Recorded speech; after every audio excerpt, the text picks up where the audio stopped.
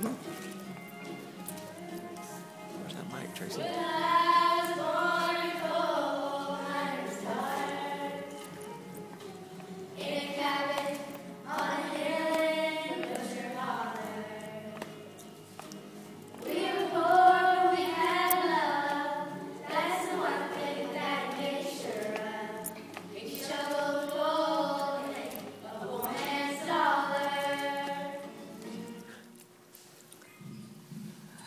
Howdy y'all, my name's Loretta, Lynn, and that song was a big hit for me on the country music charts.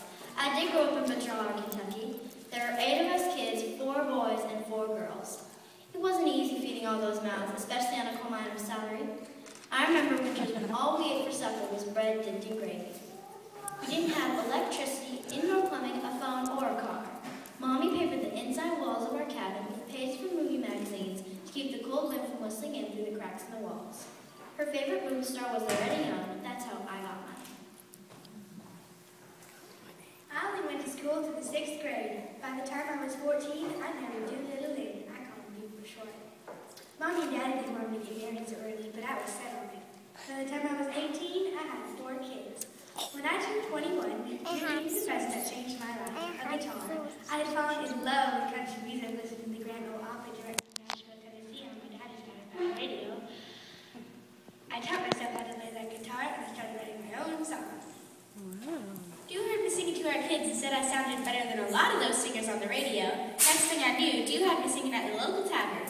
I was as nervous as a long-tailed cat in a room full of rocking chairs, but I did it, and I earned $5. Then I entered a talent contest on TV, and I won. I got a record contract and recorded my song, Honky Tonk Girl. Dew and I left our kids with the parents in Kentucky and drove all over the country, stopping at 20 to 30 radio stations a day to get those DJs to play my record. We slept in our old car and ate bologna sandwiches. I don't care if I'd never eaten another bologna sandwich again. I made number 14 on the music charts. Dew and I drove straight to Nashville, Tennessee. I got to perform on the Grand Ole Opry. I got $15. People laughed at me so much, I got asked back 17 weeks in a row. Dew and I saved enough money to rent a house in Nashville for us and the kids. Even though I had finally broken into the business, I knew I had to keep growing as a singer. Otherwise, I'd be just like last night's cornbread, dry and stale. You can have a great voice, but you better have a new song once in a while. The best way is to write the songs yourself. People often ask me, where do you come up with all those songs, Loretta? Well, I don't just come up with them, I live them. That's why most of my songs are written from a woman's point of view, my point of view. In the early days of country music, songs were always written from the man's point of view. I toured with my own band and a big fancy bus, doing over 200 shows a year. It sure beat that old car that Dew and I used to have. In 1972, I received the highest honor awarded by the Country Music Association. I was the first woman to be chosen as Entertainer of the Year.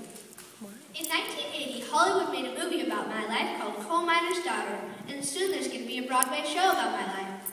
I can't believe I've been in the music industry for over 50 years. I've had 16 #1 hits and 52 top 10 hits, which is pretty nice. Dew and I bought a big spread called Hurricane Mills in Tennessee. Dew passed away in 1996, but I still live there. I feel lucky to still have my family around me, to still be touring and singing and writing songs, and lucky to have so many fans. Like I say in one of my songs, I'm back this old Kentucky girl. Things have changed since way back when, and it feels so good to be back home again. No less than the thoughts, nothing this year anymore. Except the memories of Sophia singing.